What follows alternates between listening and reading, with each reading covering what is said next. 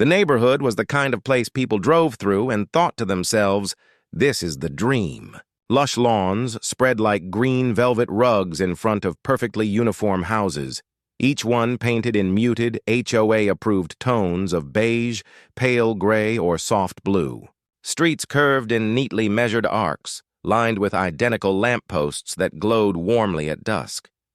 From the outside, the community seemed like a sanctuary of peace, a curated slice of suburban heaven where nothing ever went wrong, and if it did, it was swiftly managed by the ever-watchful Homeowners Association.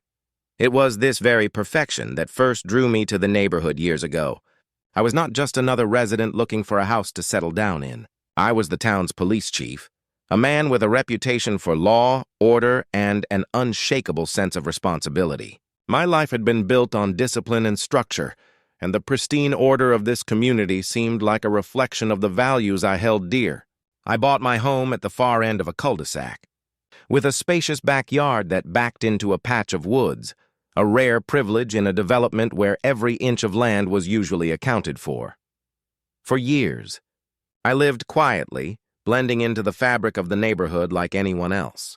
I attended HOA meetings when I could, waved at neighbors mowing their lawns, and dutifully kept my own hedges trimmed to regulation height. I was, in every visible way, a model resident. Yet beneath the surface, I had always been aware that there was an unspoken tension that ran through the neighborhood like a thin crack in a flawless window pane. That tension had a name, and her name was Margaret Hensley, though everyone knew her by the simpler, sharper title, the HOA president. Margaret was a woman whose presence was impossible to ignore. She was tall, with sharp features that seemed permanently etched into an expression of dissatisfaction. Her platinum blonde hair was pulled back so tightly it looked as though it strained her temples, and her eyes, cold and watchful, missed nothing. Margaret's reputation as a Karen was legendary in the community. She embodied the stereotype so thoroughly that neighbors sometimes joked about her being the subject of viral online stories. She lived for control, for the rules, for the power that came with her HOA position, and most importantly, she lived for the thrill of catching someone stepping out of line. It was not uncommon to find Margaret patrolling the streets of the neighborhood like a self-appointed warden. She carried a clipboard, marked down infractions, and sent out letters with the efficiency of a machine.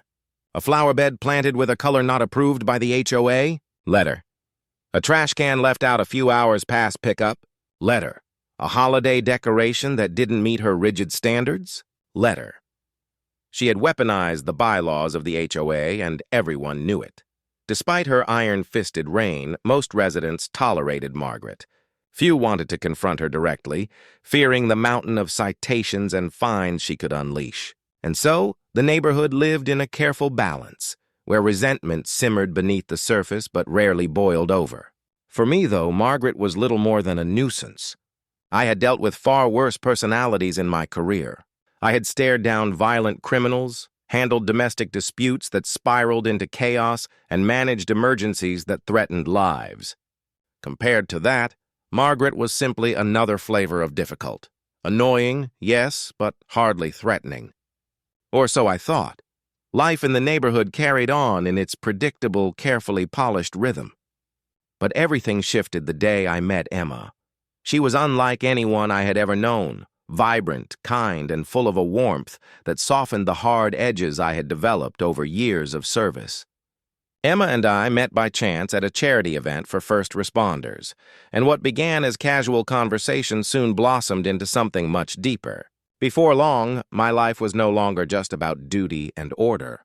Emma brought color, laughter, and love into my world, and I knew I had found the person I wanted to spend the rest of my life with.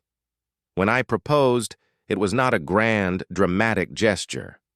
It was simple, heartfelt, and perfect. Emma said yes with tears in her eyes, and suddenly our future together stretched out before us like a sunlit road. Naturally, our thoughts turned to the wedding. Neither of us wanted an extravagant affair in some rented hall.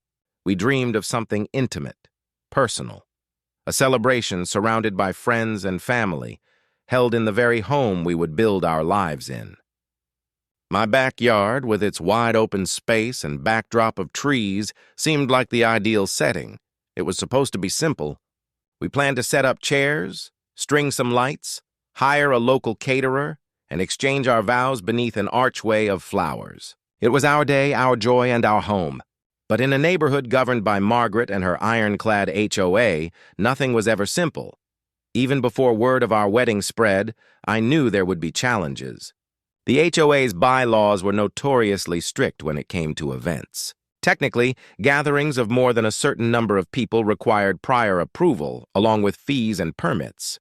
The bylaws also dictated noise levels, parking arrangements, and even the hours during which events could be held. It was an elaborate web of restrictions that most people avoided testing. But I had no intention of letting an overbearing HOA dictate one of the most important days of my life. Still, I proceeded with caution. Emma and I discussed every detail, ensuring that we planned respectfully. We arranged for valet parking to avoid clogging the street.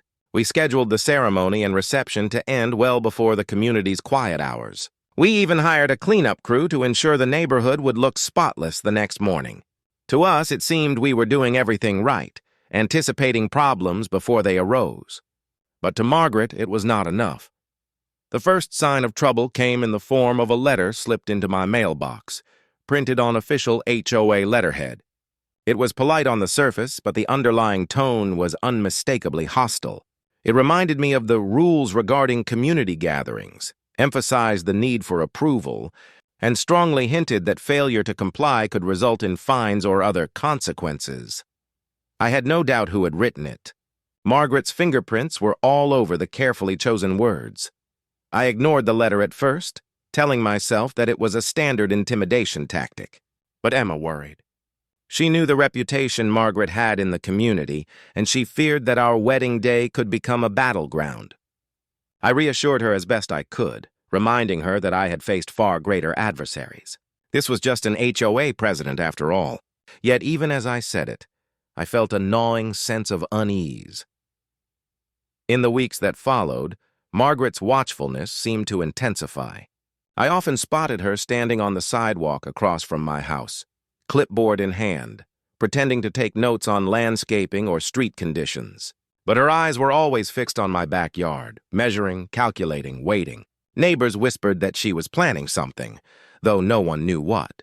Some sympathized with us, quietly offering support, while others avoided eye contact, unwilling to risk drawing Margaret's ire.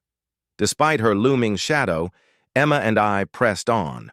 We sent out invitations, booked the vendors, and poured our energy into creating a day that reflected us, not the HOA's bylaws. Every string of lights we hung, every chair we set up, every flower arrangement we planned was an act of defiance against the rigid control that Margaret tried to impose.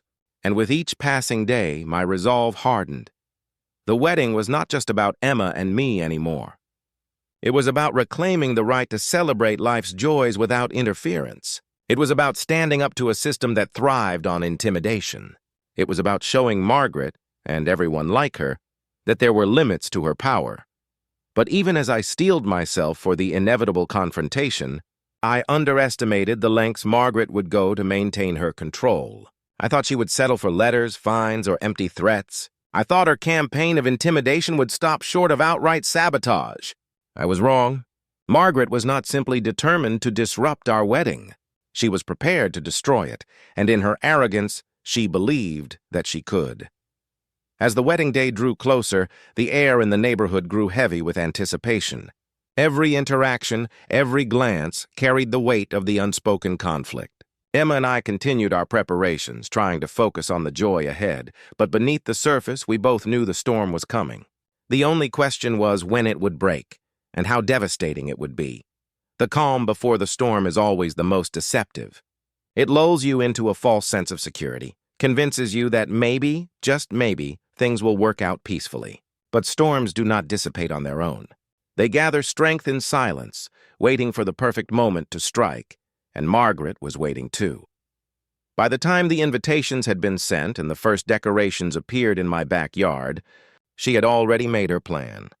What I did not yet realize was that she was not content to rely on HOA bylaws or threatening letters. She intended to bring the full force of authority down upon us.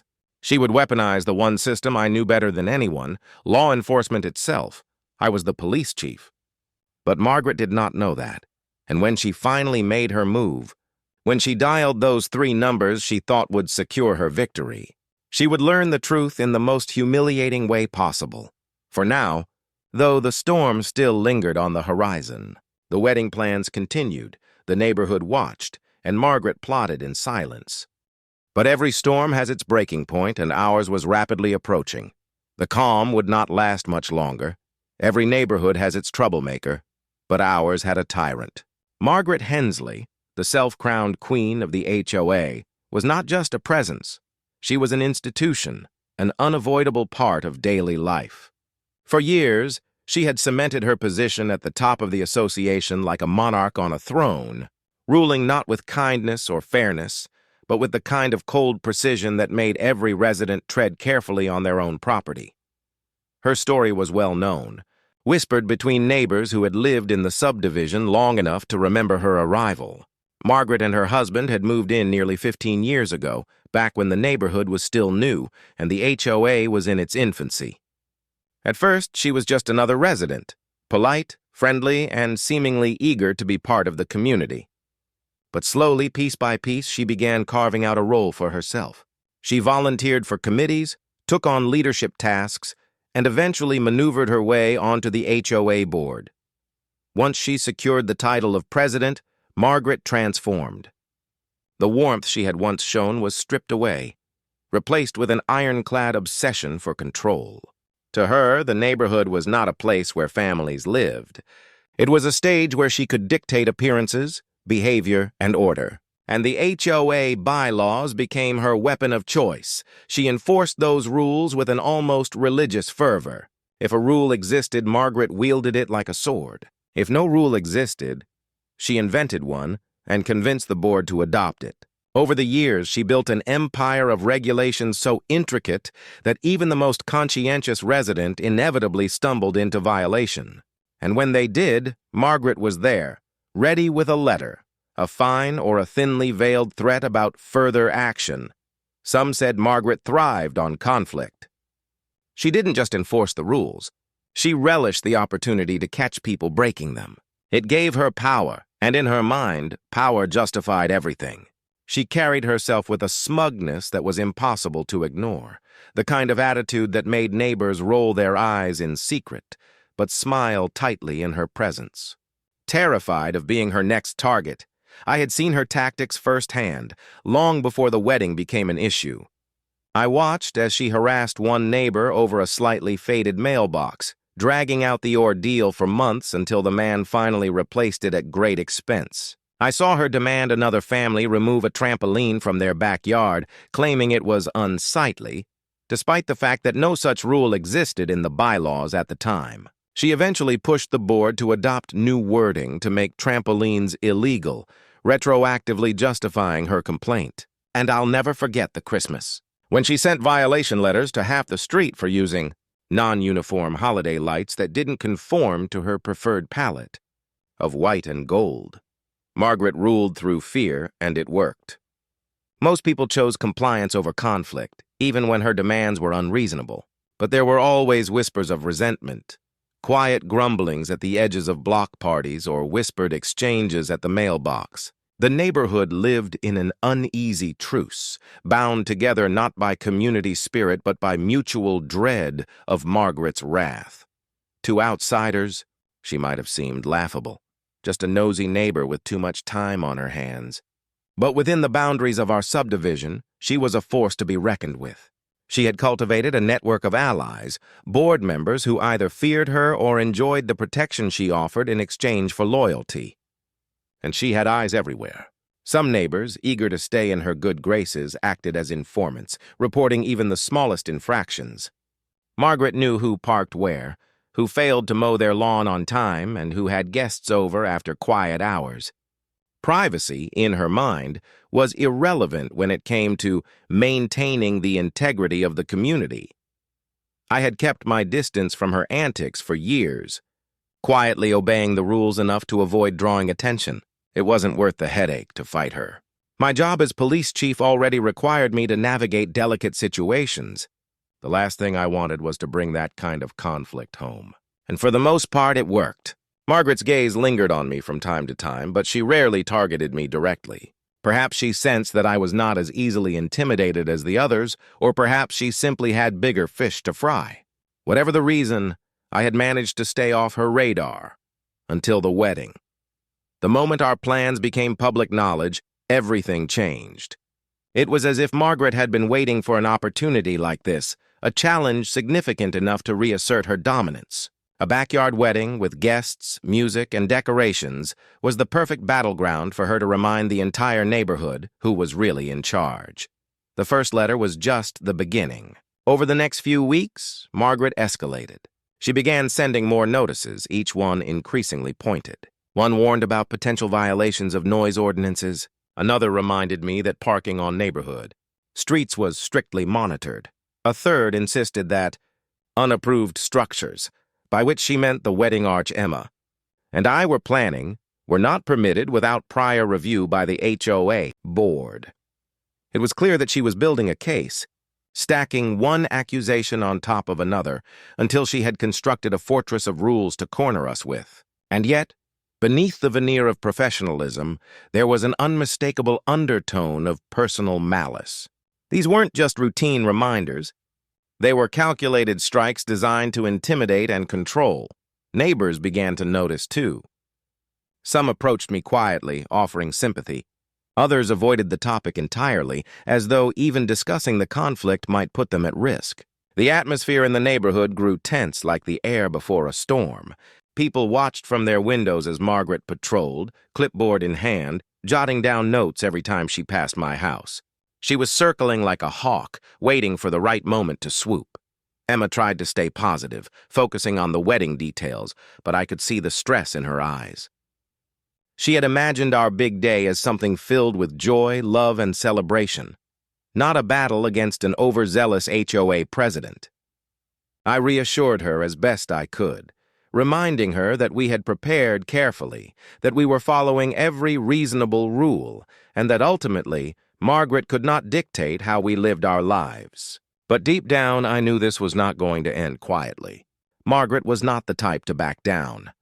The breaking point came at an HOA meeting, a monthly gathering that residents dreaded but attended out of obligation. That evening, the community center was packed. People sat stiffly in folding chairs, clutching copies of the agenda, waiting for the ritual to begin. Margaret stood at the front of the room, gavel in hand, her expression one of solemn authority. She opened the meeting as she always did, reviewing minor infractions and budget updates, but it didn't take long for the real issue to surface: my wedding. Though she never mentioned me by name, her pointed comments left no doubt about her target. She spoke of residents planning unauthorized large-scale gatherings, of violations of community standards, of potential disruptions to the peace and safety of our neighborhood. She draped her words in formality, but the venom was unmistakable. Every sentence was designed to paint me as reckless, irresponsible, and disrespectful of the community. I sat in the audience, silent, watching as her words rippled through the crowd. Some neighbors shifted uncomfortably, clearly sympathetic but unwilling to speak. Others nodded along, eager to align themselves with Margaret's authority. The air was thick with tension, every unspoken thought hovering just beneath the surface. When the meeting adjourned, Margaret caught my eye across the room. Her expression was one of smug satisfaction, as though she had delivered a crushing blow. But what she didn't know was that she had crossed a line. Her campaign against my wedding was no longer just an annoyance. It was an outright attack, and I had no intention of letting her win. In the days that followed, Margaret's tactics grew bolder. She began distributing flyers about community safety during large events, thinly veiled warnings aimed squarely at us. She even stopped by my house one afternoon, standing on the sidewalk with her clipboard, scribbling notes while glaring into my backyard. She didn't speak, didn't knock, didn't acknowledge me when I stepped outside. She simply wrote, turned on her heel, and walked away. It was a power play, pure and simple. And while Emma grew increasingly anxious, I felt something else stirring inside me. Determination. I had spent my career upholding the law, protecting the innocent, and standing against those who abused their power. And here, in my own neighborhood, Margaret was doing exactly that. She had twisted the HOA's authority into a weapon of control, using fear to manipulate the people around her. It was time someone stood up to her. What Margaret didn't realize, what she couldn't possibly know, was that I was not just another resident. I was the police chief. I understood the law inside and out, knew its limits, and had spent years ensuring that authority was never abused. She thought she could weaponize the system against me, but she had no idea who she was dealing with. And as the wedding day approached, I knew it was only a matter of time before she made her move. The question wasn't if she would strike, but how. The calm veneer of the neighborhood was beginning to crack, and beneath it, a storm was gathering strength. Margaret was ready to go to war. And so was I. The months leading up to a wedding are supposed to be filled with anticipation and excitement. For Emma and me, those months were certainly filled with anticipation, but the excitement was clouded by an ever-present shadow: Margaret. Her obsession with control had already begun to bleed into every part of our preparations. And while most couples spent their engagement worrying about caterers and photographers, we spent hours bracing for the next strike from the HOA president. Still, we pressed forward. Our wedding wasn't just about us anymore. It was a declaration. Emma and I were determined that our union would not be dictated by the whims of a power-hungry neighbor. So, with resilience fueling every step, we threw ourselves into planning. The first major task was the guest list. We knew the HOA had rules limiting gatherings, but those restrictions had been crafted with block parties and raucous barbecues in mind, not weddings. Our list was modest compared to most. Immediate family, close friends, a few colleagues, roughly 80 people in total. More than the approved limit, but hardly a disruptive crowd. We debated trimming it further, but Emma held firm. These were the people who mattered most to us, the people who had supported us through thick and thin. To exclude them because of Margaret's imaginary authority was unthinkable. Next came the logistics. Parking, we knew, would be Margaret's first weapon. Street congestion was one of her favorite grievances, and we'd seen her call tow trucks on guests who overstayed their welcome at other neighbors' houses. To cut off that avenue of attack, we arranged for professional valet service. Guests would pull up to the cul-de-sac, hand over their keys, and their cars would be whisked away to a rented lot just outside the neighborhood. It was a clean, efficient solution, leaving our streets clear and untouchable.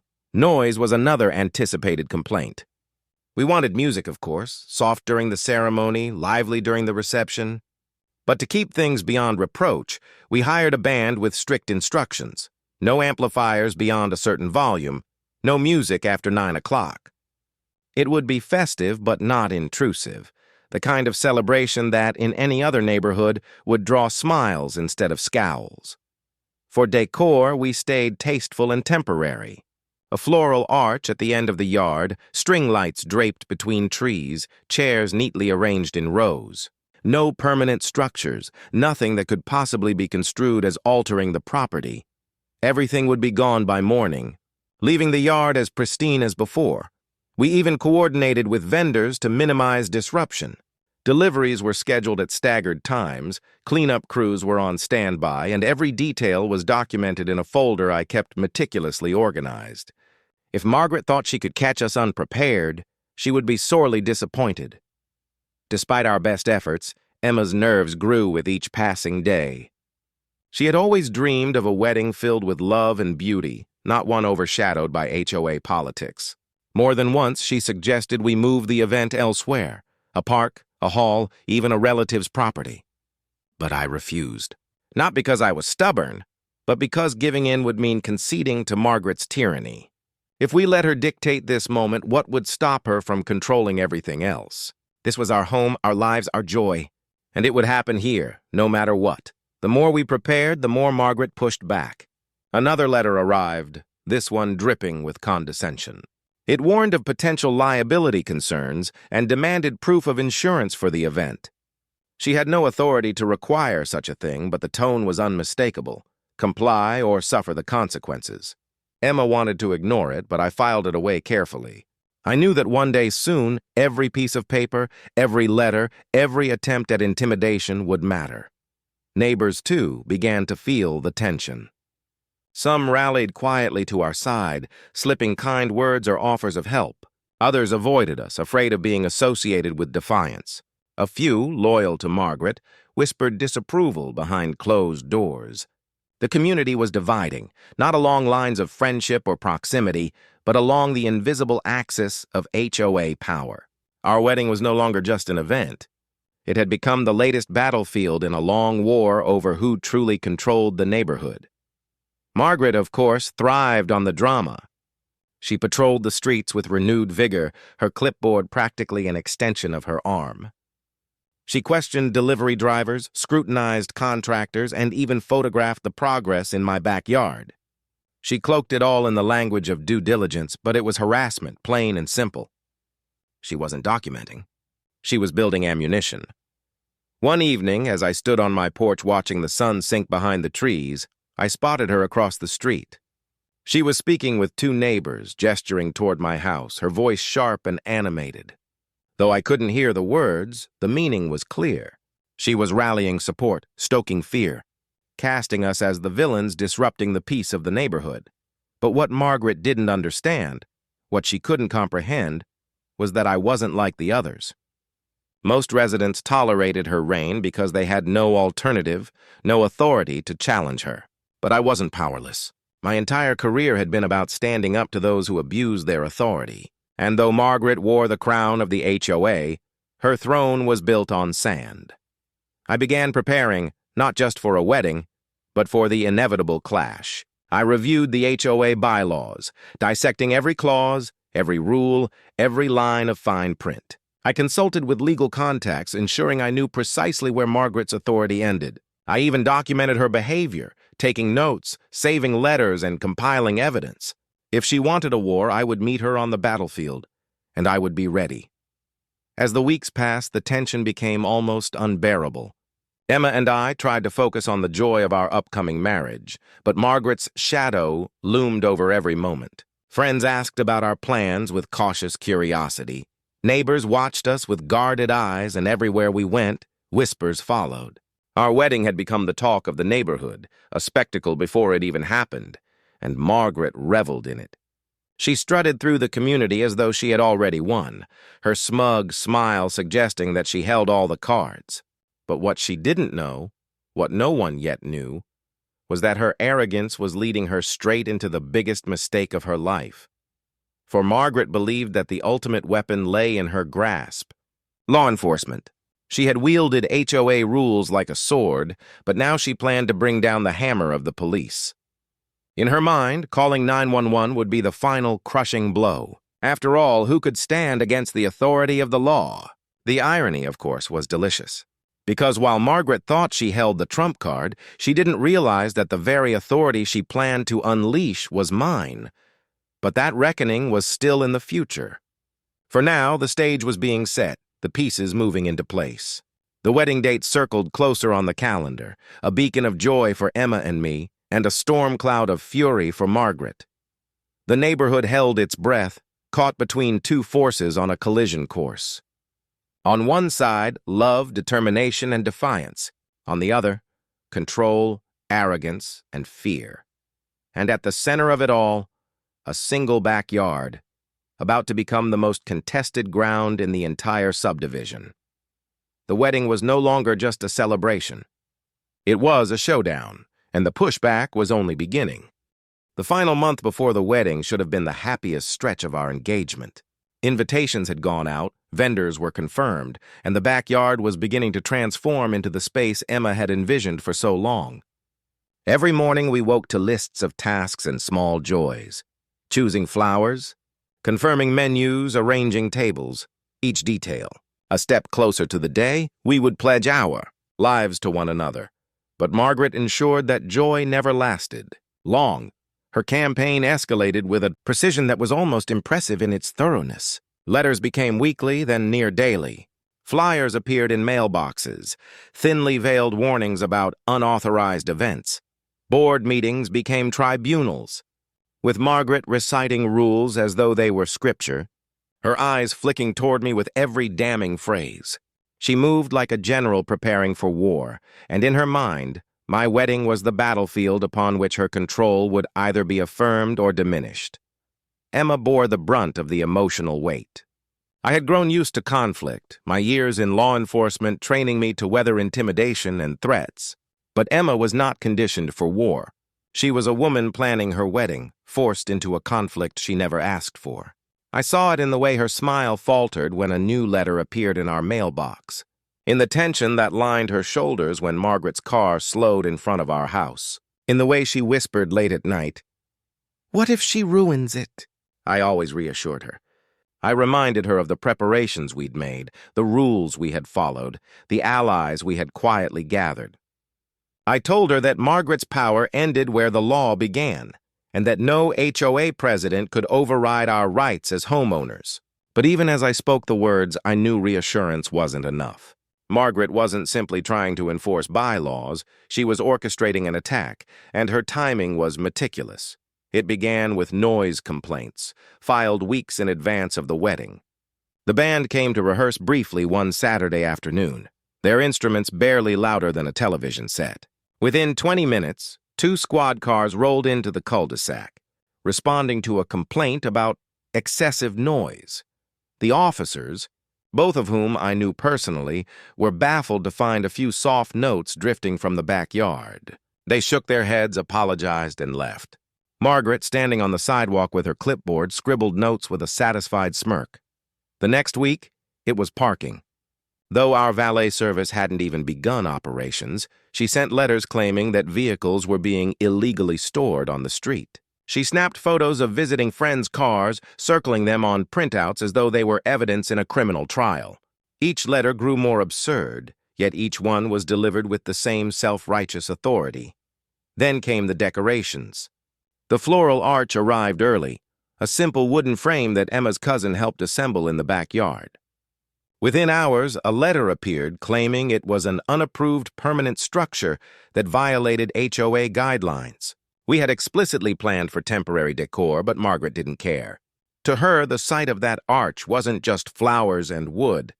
It was defiance, and she would not tolerate it. Her obsession grew daily.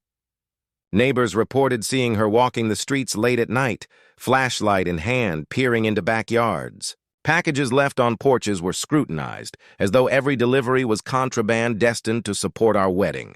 Even the landscapers I'd hired to tidy the yard found themselves questioned, Margaret demanding to know what they were doing and why. They laughed it off, but Emma cried that evening, overwhelmed by the relentless intrusion. The community itself began to fracture under the strain. On one side were those who quietly supported us, sympathetic to our plight but cautious about showing it. They dropped off encouraging notes, offered to lend supplies, and promised to attend the wedding no matter what Margaret said. On the other side were Margaret's loyalists, neighbors who parroted her rhetoric about maintaining community standards, who avoided us at the mailbox, who whispered that we were selfish for planning such a disruptive event. And then there were those in the middle, too afraid to choose a side, watching silently as the conflict escalated. Through it all, Margaret grew bolder. It wasn't enough to write letters or whisper warnings. She began confronting us directly, though always with a veneer of politeness that barely concealed the venom beneath. She would appear on the sidewalk, clipboard clutched tightly, offering reminders about bylaws. She would corner vendors making deliveries, interrogating them about permits. Once, she even knocked on our door, delivering a printed packet of HOA rules with several sections highlighted in neon yellow. Her message was clear. She would not allow this wedding to happen without a fight. I knew then that confrontation was inevitable. She had pushed too far, and her pride would not allow her to back down. In her mind, she was the guardian of order, the protector of the neighborhood, the enforcer of standards.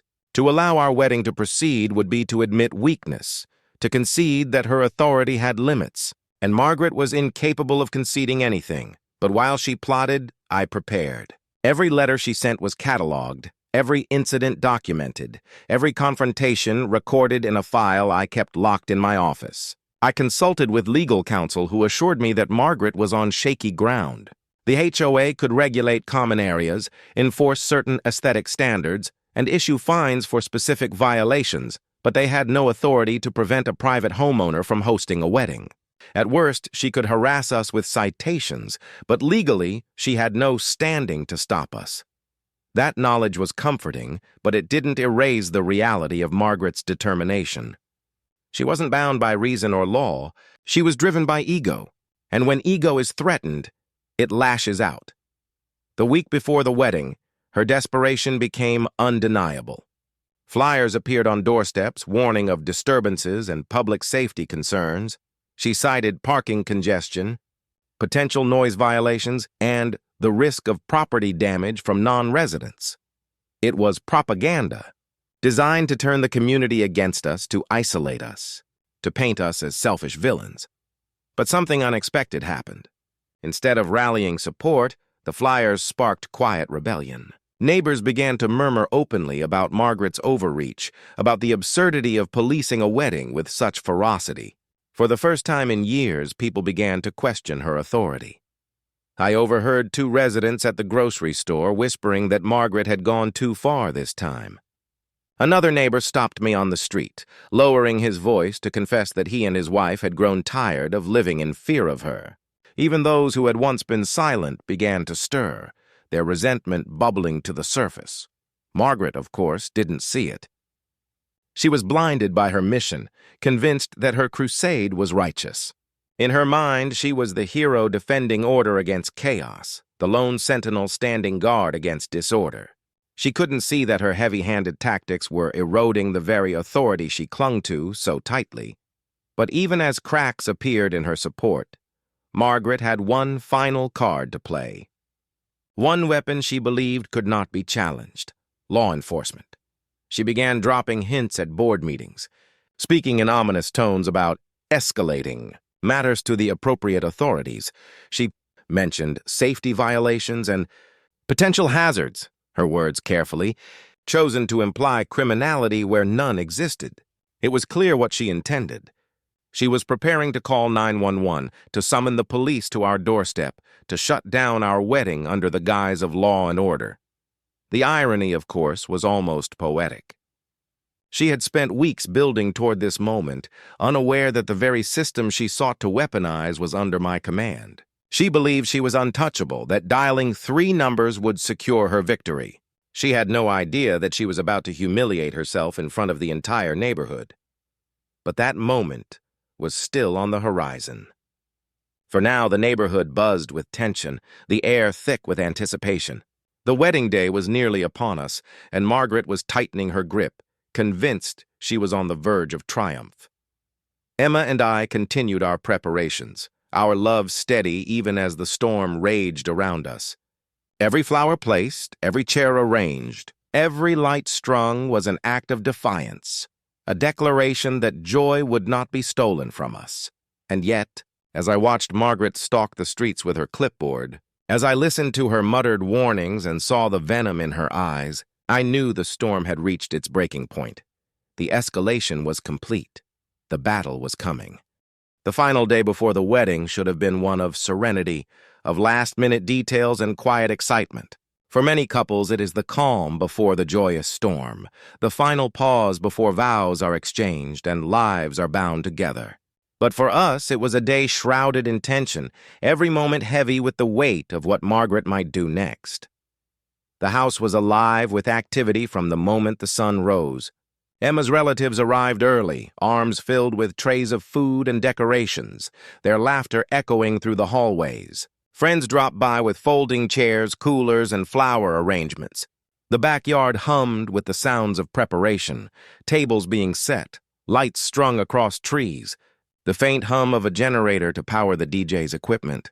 And yet, beneath the cheerful bustle, a current of unease flowed steadily. Every time a car slowed on the street, heads turned toward the window. Every time a doorbell rang, Emma's hand tensed in mine. Every sound of Margaret's clipboard tapping against her leg as she marched past the house sent ripples of dread through the gathering.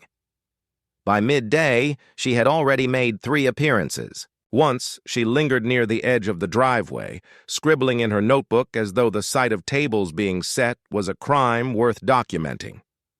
Later, she stopped a delivery truck at the entrance to the cul-de-sac, interrogating the driver before allowing him through. And once, she appeared directly in the backyard, having wandered in without permission, insisting she needed to inspect the setup for safety compliance. She was swiftly escorted out, her mutters trailing behind her like smoke. Her persistence was suffocating. It was as though she believed that if she simply applied enough pressure, we would crack, cancel everything, and hand her the victory she craved. But Margaret misunderstood us. Every intrusion, every attempt at intimidation only steeled our resolve. Still, I could see the toll it was taking on Emma. Her eyes darted nervously toward the street, her shoulders tight with tension. I watched her force smiles for her family, burying her anxiety beneath laughter that didn't quite reach her eyes. At one point, I found her alone in our bedroom, clutching a bouquet of flowers and staring blankly out the window. "She's not going to ruin it," I whispered to her, though my voice carried more determination than comfort. By late afternoon, the neighborhood itself seemed to vibrate with anticipation. Children played on the sidewalks, their games interrupted by whispers of the coming wedding. Neighbors peeked from behind curtains, watching as decorations transformed our backyard into something magical. Even those who had once sided with Margaret now lingered on the periphery, curiosity overcoming caution. But Margaret herself was restless. I saw her pacing in front of her house, phone pressed to her ear, her voice carrying faintly across the street. She gestured sharply, her movements animated, as though she were delivering commands to unseen allies. Occasionally, she glanced toward our house, her expression one of simmering fury. By early evening, she made her boldest move yet. Flyers appeared once more, slipped into mailboxes and taped to front doors. But these were different from the ones before. They were printed in bold red ink, stamped with words like safety hazard and illegal gathering. She claimed the event violated fire codes, traffic ordinances, and noise restrictions. She warned of serious legal consequences for anyone in attendance. It was fear-mongering of the highest order, a last-ditch attempt to turn the community against us. But this time, her plan backfired spectacularly. Rather than intimidate, the flyers seemed to embolden the neighborhood. I watched as residents gathered in small clusters on the sidewalks, the papers clutched in their hands, their voices rising in indignation.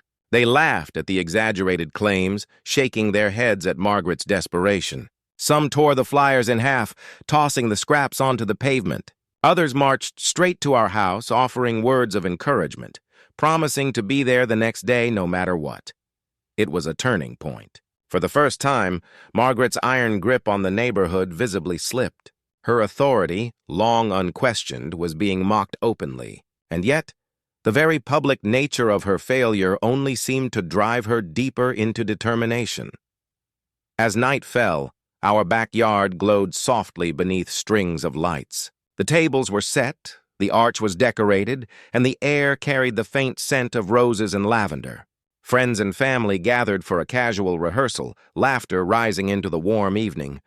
For a few hours, it almost felt normal, as though tomorrow would unfold without interference, as though Margaret was nothing more than a passing nuisance. But beneath the laughter, tension lingered. Every glance toward the street was cautious, every sound of footsteps sharpened the air, and sure enough, Margaret made her presence known once more. She appeared just before midnight, striding confidently across the cul-de-sac with her ever-present clipboard. She stood at the edge of our yard, staring at the decorated arch as though it were a monument to defiance. Her voice carried clearly through the night air as she muttered about violations, codes, and consequences. She scribbled furiously, as though each stroke of her pen was a weapon meant to cut us down. Neighbors emerged from their homes, drawn by the commotion. Some watched silently, others shook their heads in exasperation. A few openly challenged her, asking why she couldn't let it go, why she insisted on making war out of joy. But Margaret ignored them, her focus fixed entirely on us. on the site of our backyard transformed into something beautiful and untouchable. Finally, she turned sharply on her heel and marched back to her house, muttering about tomorrow. It was the word that lingered in the air long after she disappeared behind her door. Tomorrow.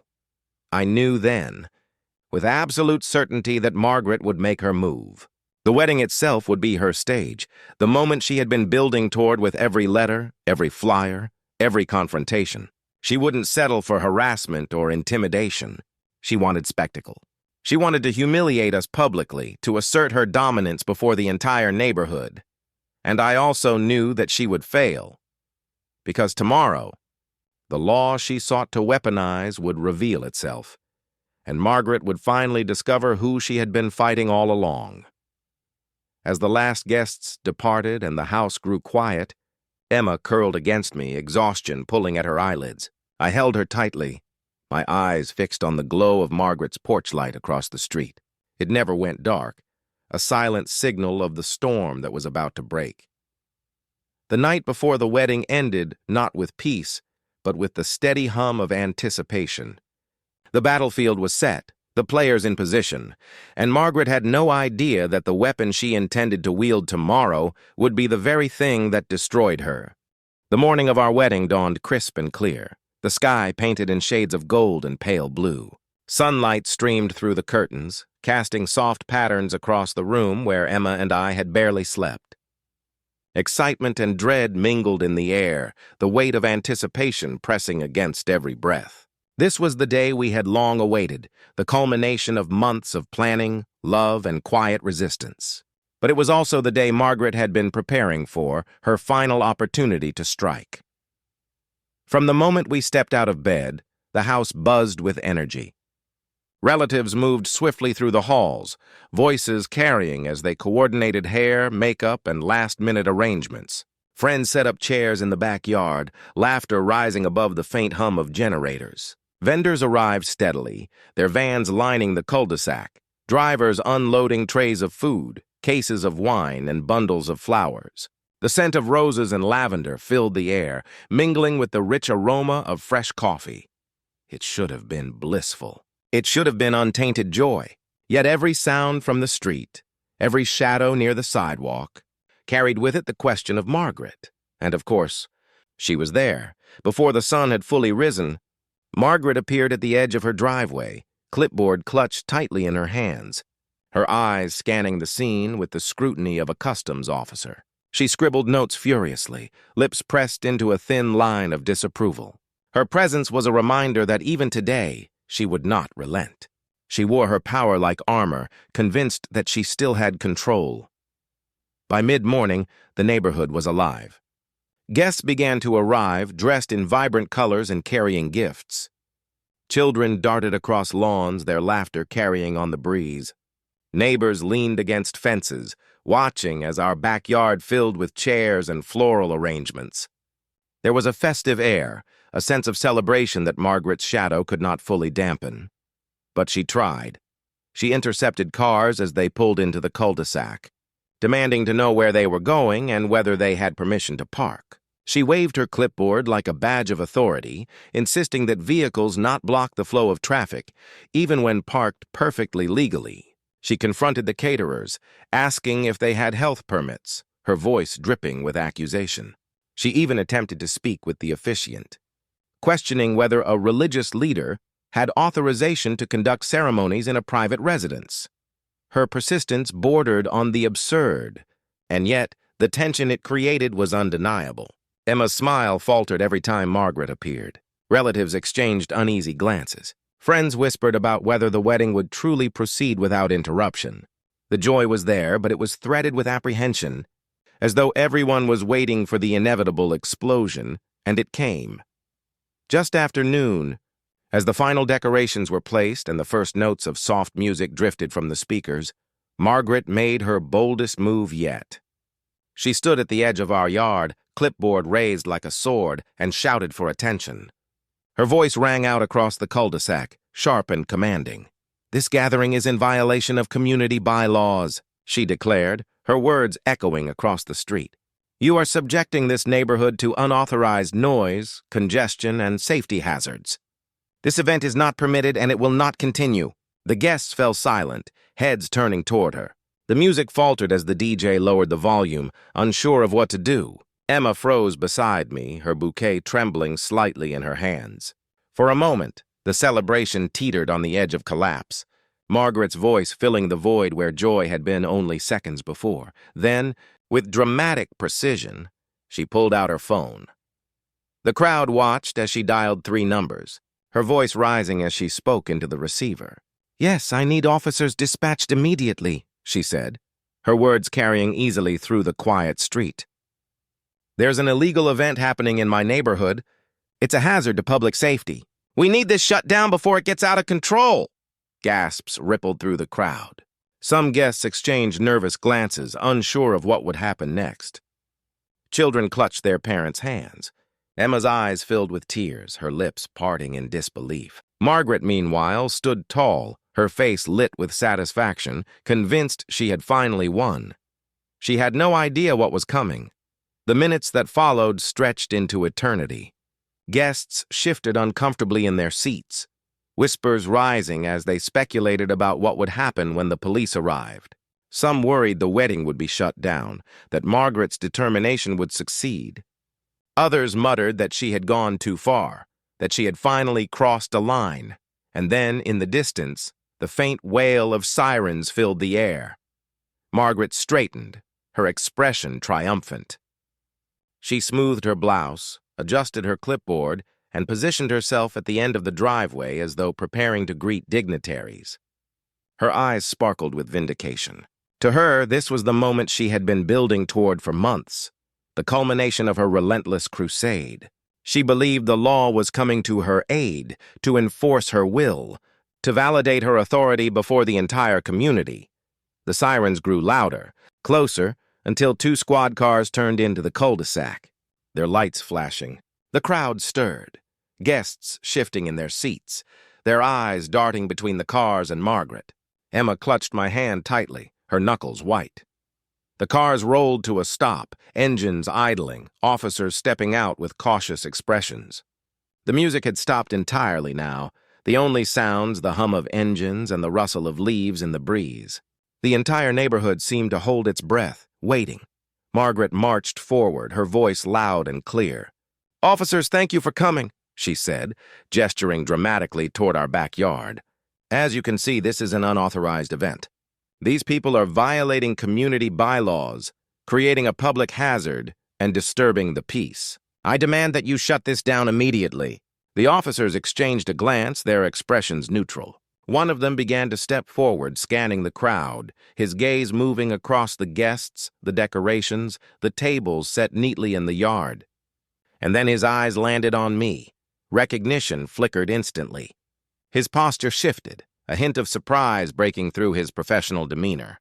He stopped, turned slightly toward his partner, and murmured something too low for Margaret to hear.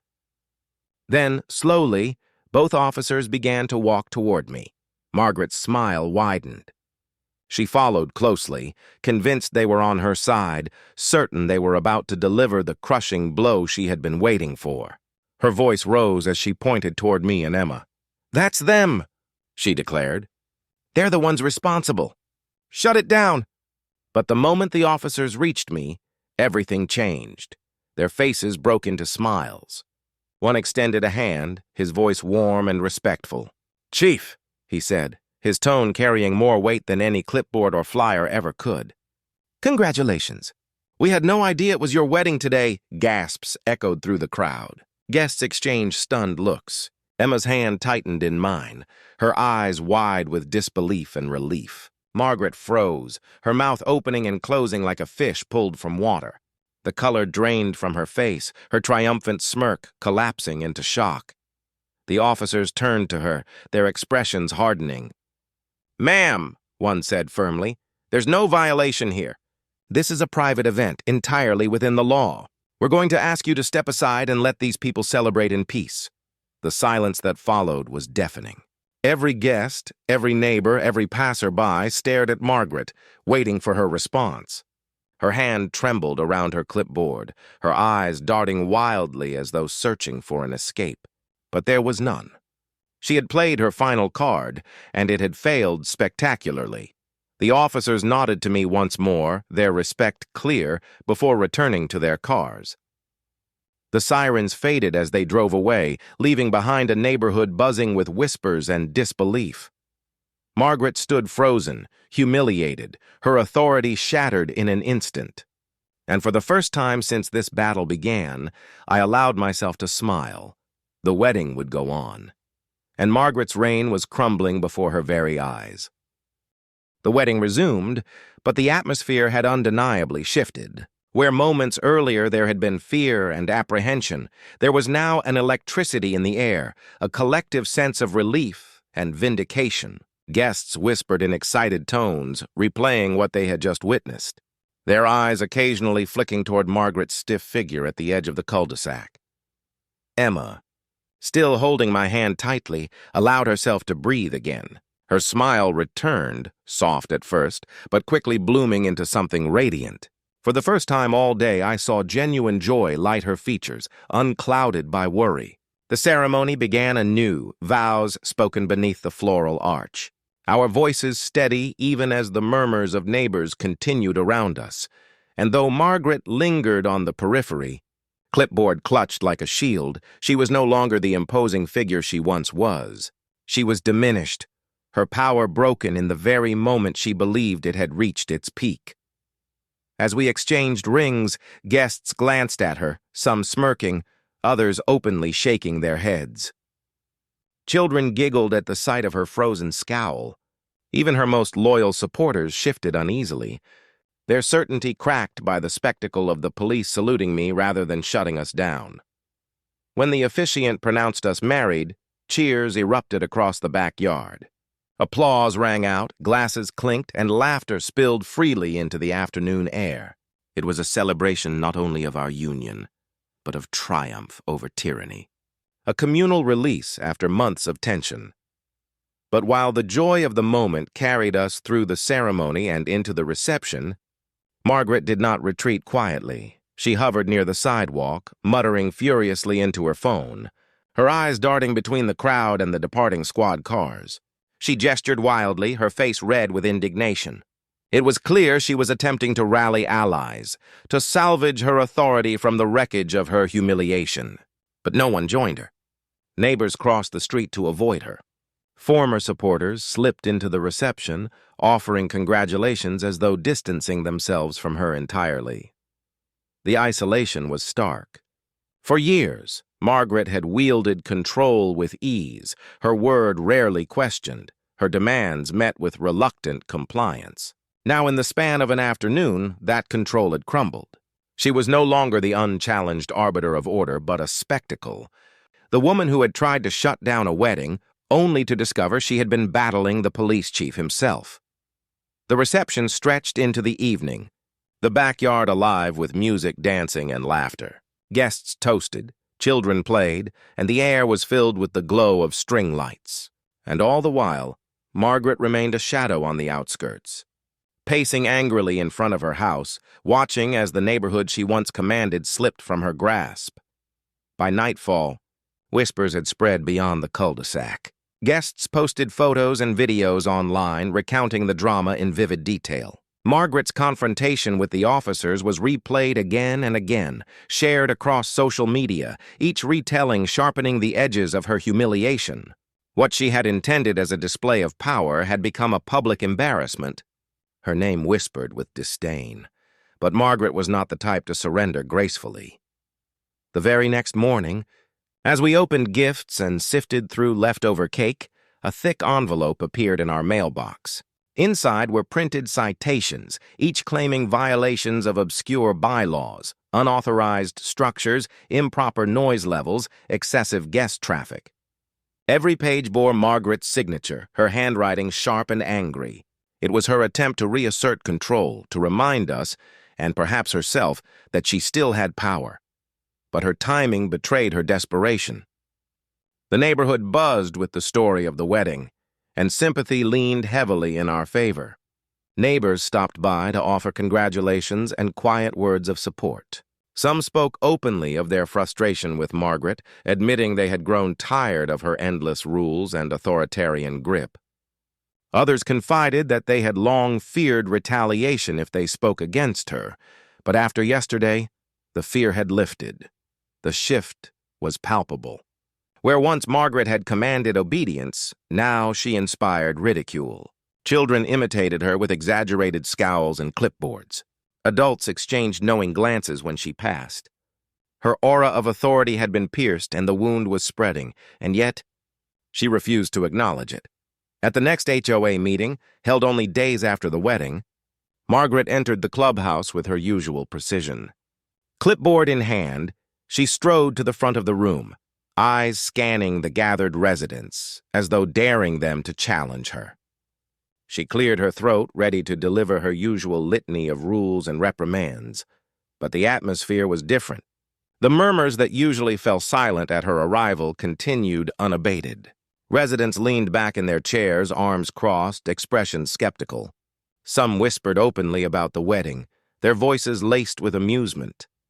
Margaret began her speech, railing against the illegal event that had disrupted the neighborhood, insisting that the bylaws had been trampled, that the community had been placed at risk. She raised her voice, her words sharp, her anger barely contained, but rather than nods of agreement, she was met with laughter.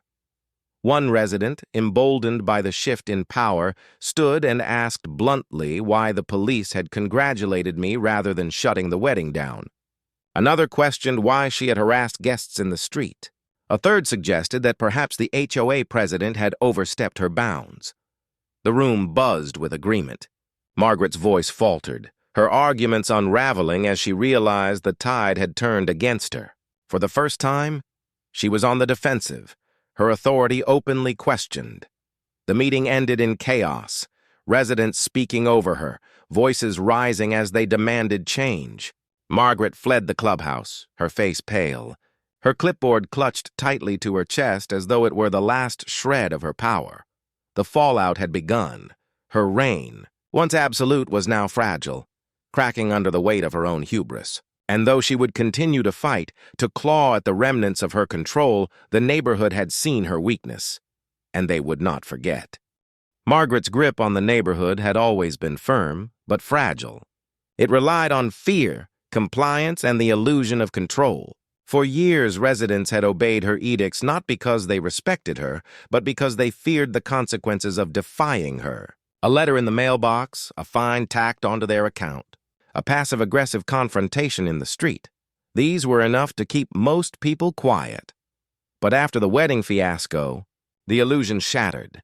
The first cracks showed in small, almost imperceptible ways. Neighbors no longer avoided her gaze when she patrolled the streets with her clipboard. Some even smiled mockingly, their amusement undisguised. Flyers she taped to mailboxes were torn down within hours. Children chalked caricatures of her on sidewalks, clipboards drawn oversized in their depictions. Margaret, once the intimidating figure who made parents hush their kids in her presence, was now the subject of ridicule, and ridicule is poison to power. Margaret responded the only way she knew how, by doubling down. Citations flooded the neighborhood in record numbers. Lawn too long? Fine. Garbage bins placed at the curb 10 minutes early? Fine. A wreath left on the door past the holiday season? Fine. She issued them with mechanical fury, convinced that by sheer volume she could re-establish dominance. But this time, something was different. Residents no longer paid the fines quietly. They challenged them. They called her bluff. They sought legal advice. And in several cases they banded together, refusing en masse to comply. What had once been isolated acts of submission had become collective defiance. Whispers began about forming a petition to remove her from the board. Others spoke of lawsuits, questioning whether her relentless citations constituted harassment. A few even hinted at reporting her to state oversight agencies that regulated homeowners' associations. The shift was palpable.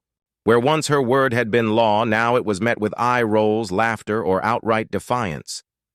The humiliation of the police incident only grew as stories spread beyond the neighborhood. Videos recorded by guests circulated online, shared across local community groups. Margaret's shrill declarations, the smugness with which she dialed 911, the stunned silence when the officers greeted me as chief. It all played out for thousands to see. Comments flooded in, mocking her behavior, praising the neighborhood for standing firm. Margaret hated nothing more than losing control of the narrative, and she had lost it spectacularly.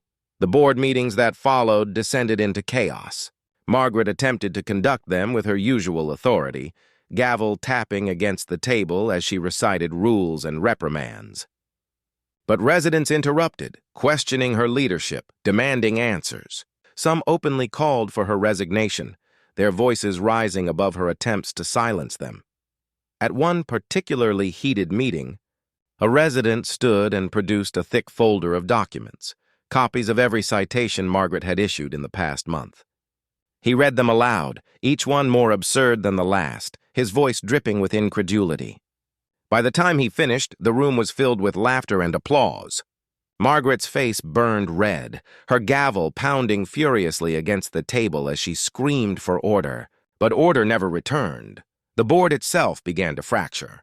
For years, Margaret had ruled it like a queen, her allies loyal and unquestioning. But now even they wavered. Some quietly distanced themselves, unwilling to share in her downfall. Others shifted sides entirely, aligning with the growing movement to oust her. She sensed the betrayal, and it consumed her. Her once meticulous composure gave way to outbursts of anger, her speeches laced with bitterness and paranoia. She accused residents of conspiring against her, of sabotaging the community, of waging war against the very standards she had sworn to protect. But her accusations only fueled the fire, turning skepticism into outright hostility.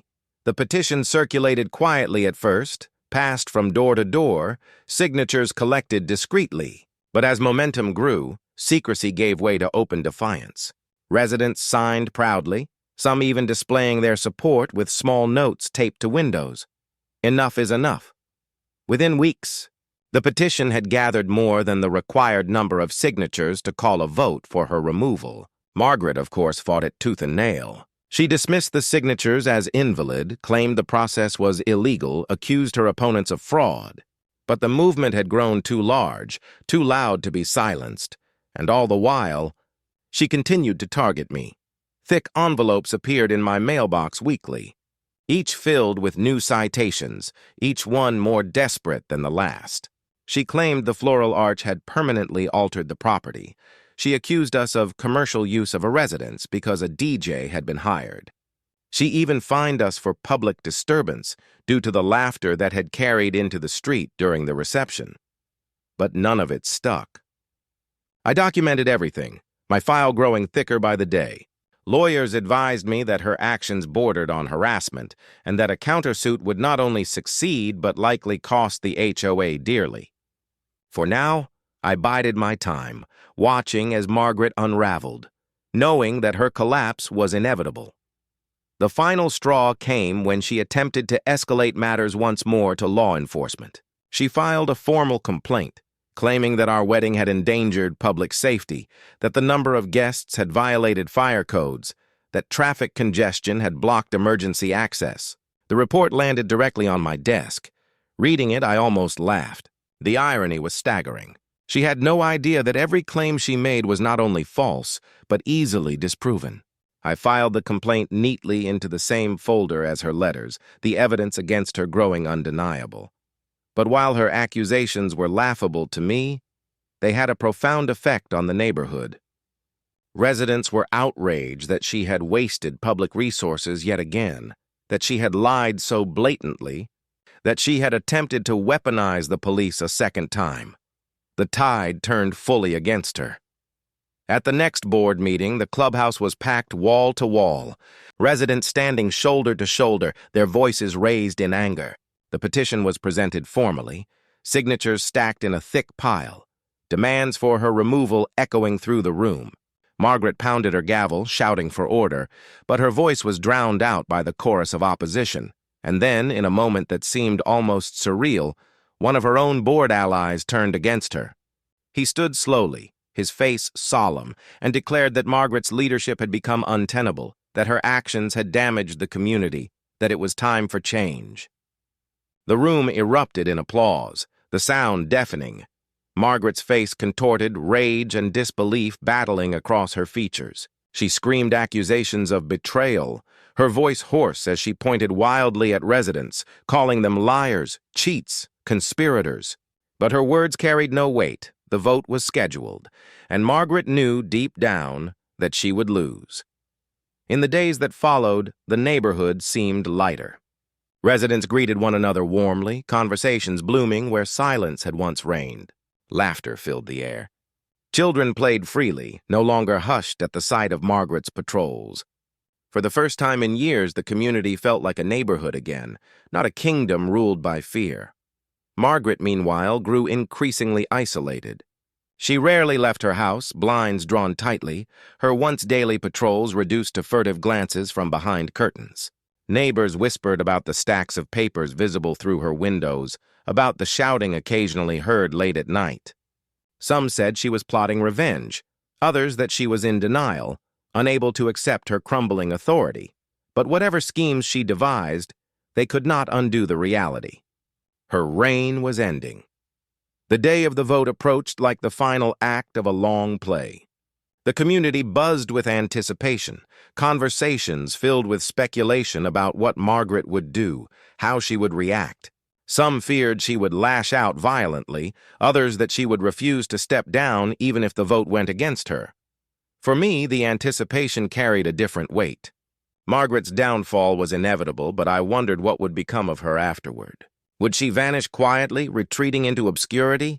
Or would she cling desperately to the last shreds of her power, even as they slipped through her fingers? The answer, I knew, would reveal itself soon enough. The cracks in her authority had widened into gaping chasms. The foundation of fear upon which she had built her reign had crumbled entirely. And Margaret, for all her stubbornness, could not stop the collapse. The morning of the vote dawned heavy with tension. Even before the sun fully crested over the rooftops, the neighborhood felt different. Driveways were busier than usual, residents moving with a quiet purpose, conversations whispered between doorsteps. Cars lined the streets as people returned home from errands early.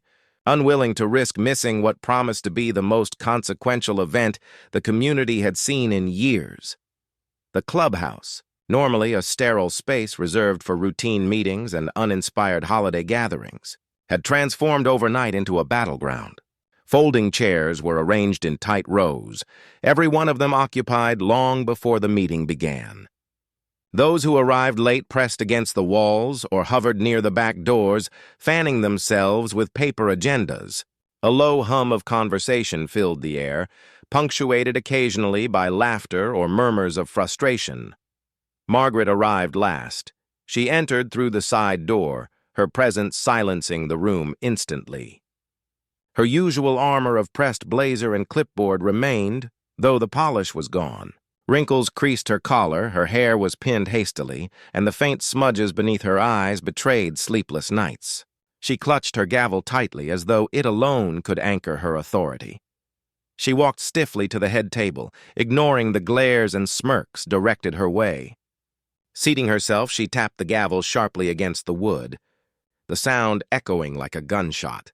The meeting began. Margaret opened with her customary preamble, reciting bylaws and procedures in a clipped practice tone, but her voice carried no weight. The residents, once docile and compliant, listened with thinly veiled impatience.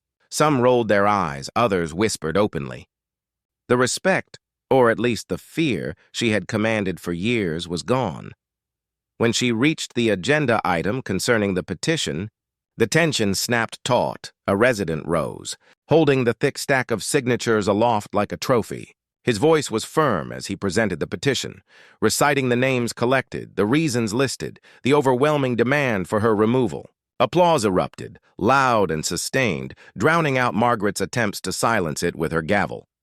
Her face darkened, lips pressed thin as she launched into her defense. She spoke of rules, of standards, of her tireless dedication to preserving property values.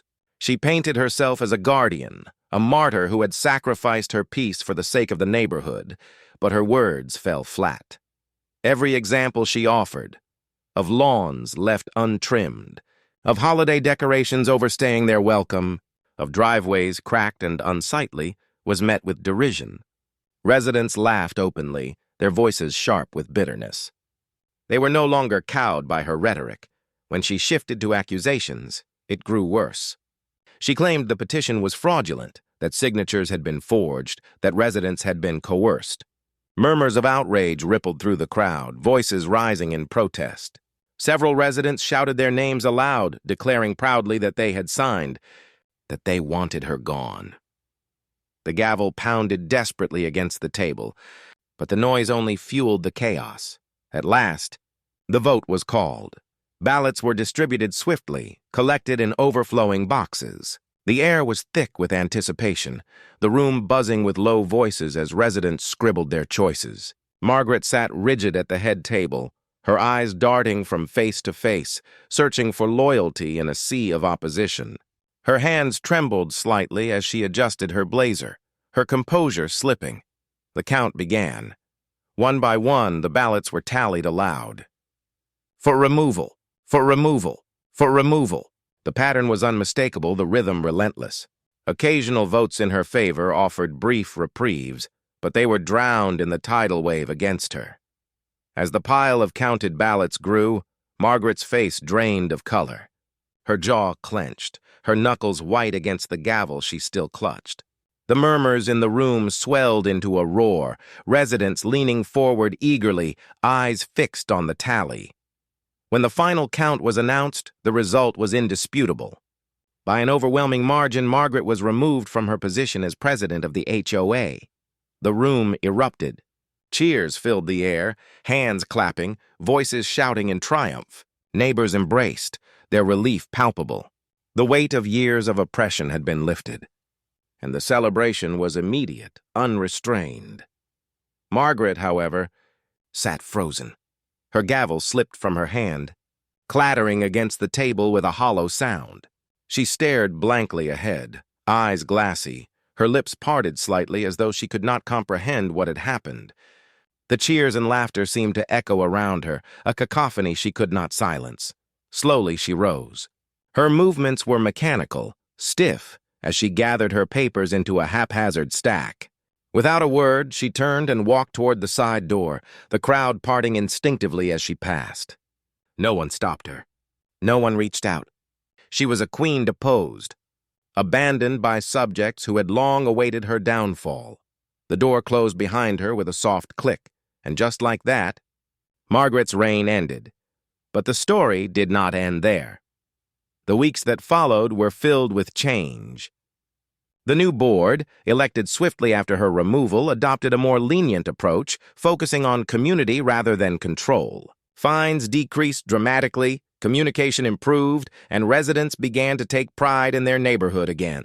Social events blossomed, from block parties to potluck dinners, laughter and camaraderie replacing the silence of fear. But Margaret could not let go. Even stripped of her title, she continued her campaign. Letters arrived in mailboxes, unsigned but unmistakably hers, filled with accusations and warnings. Anonymous complaints trickled into the board's inbox, each one echoing her familiar grievances. Residents laughed at first, dismissing them as the desperate ramblings of a dethroned tyrant. But then came the lawsuits. Margaret filed them in quick succession. Against the board, against individual residents, even against me. She claimed defamation, harassment, conspiracy. The documents were thick, dense with legal jargon, but their substance was hollow. Her arguments collapsed under scrutiny, dismissed one after another by judges who saw through her theatrics, yet the damage was real.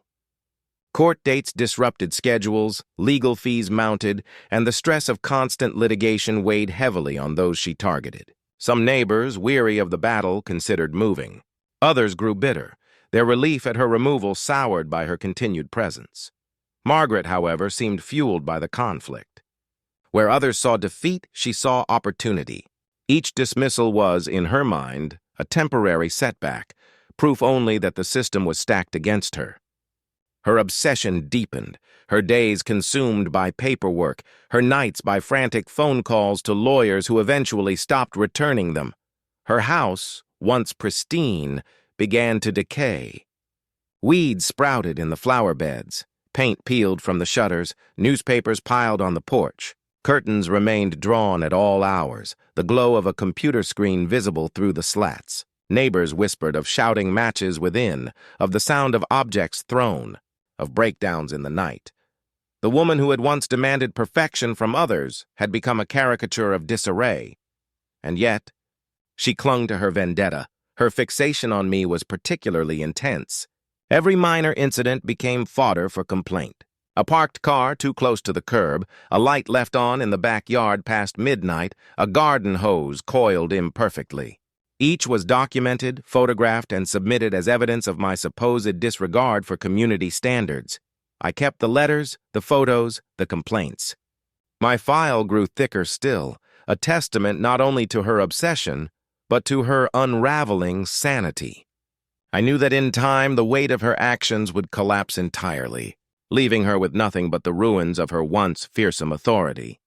The neighborhood, meanwhile, moved on. The wedding, once a point of contention, became a fond memory, recounted with laughter at community gatherings. Neighbors who had once lived in silence now spoke freely, their bonds strengthened by the shared struggle.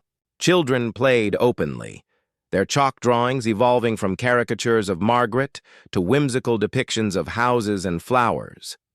But the shadow of her presence lingered, a reminder that while power can be stripped, obsession cannot be so easily erased. And as the lawsuits dwindled, as the complaints grew more erratic, as Margaret's house slipped deeper into decay, the neighborhood waited for the inevitable. Her collapse was not just political, it was personal. The final unraveling was yet to come, and when it arrived, it would leave no doubt that Margaret's reign had not only ended, but destroyed her entirely. Margaret's downfall did not come suddenly. It unfolded slowly, like a house with a rotting foundation, the cracks widening until the entire structure gave way. Each day that passed after her removal chipped away at what little she had left, stripping her of dignity, allies, and purpose. At first, she maintained a facade of control. Her letters, her lawsuits, her incessant complaints, these were her attempts to prove she still mattered. But as weeks turned into months, it became clear even to her that no one was listening anymore. Judges dismissed her cases before they could proceed. The new board ignored her letters, returning them unopened. Neighbors rolled their eyes at her complaints, dismissing them as the ramblings of a bitter woman with nothing better to do. The more she tried to assert herself, the more invisible she became. Her home, once her pride and the neighborhood's model of perfection, told the story of her decline. The lawn, once trimmed with military precision, grew ragged, patches of brown spreading like bruises across the grass. Flower beds withered, weeds climbing higher each week. Paint flaked from the shutters, mildew stained the siding, and the once bright front door dulled to a weary gray. Newspapers piled on the porch until the delivery stopped altogether. Inside, the decay was worse. Neighbors whispered about the smell, a musty odor that seeped through the cracks when her windows were cracked open in summer.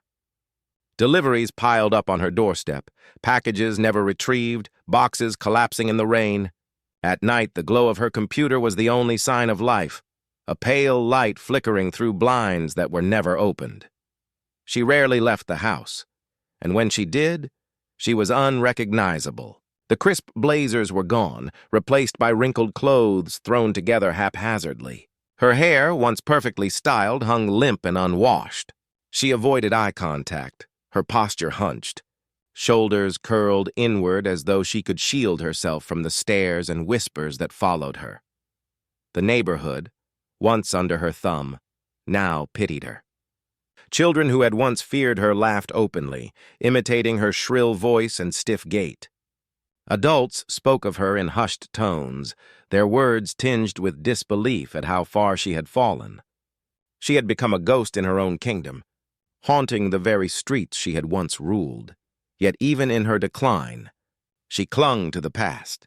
Neighbors reported seeing her late at night, pacing her living room with stacks of papers spread across the table. Old citation forms, meeting minutes, bylaws, relics of her reign. She would shuffle through them endlessly, highlighting passages, scribbling notes, muttering to herself. It was as though she believed deep down that if she could find the right clause, the perfect rule, she could somehow claw her way back into power.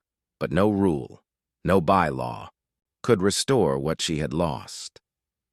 The final collapse began with the foreclosure notices, unpaid dues, mounting legal fees, and the cost of her frivolous lawsuits had taken their toll. Letters from banks arrived in thick envelopes stamped with warnings.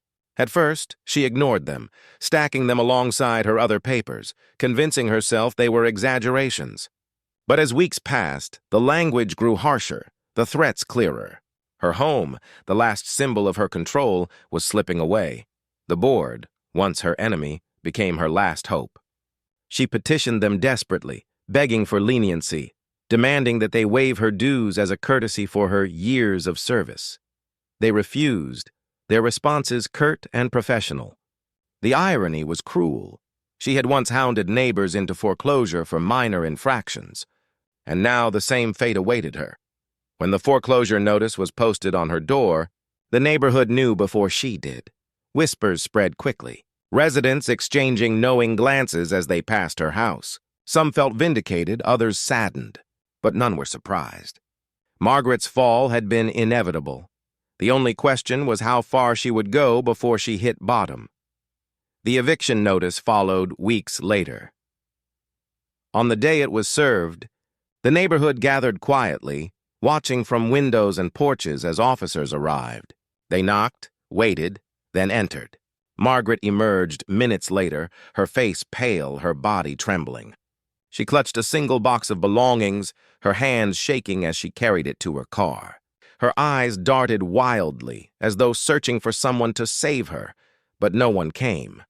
The woman who had once dictated the lives of her neighbors now stood exposed, stripped of power, home, and dignity. Her car sputtered as she started it, the box on the passenger seat, and with one final glance at the house she had ruled from, she drove away.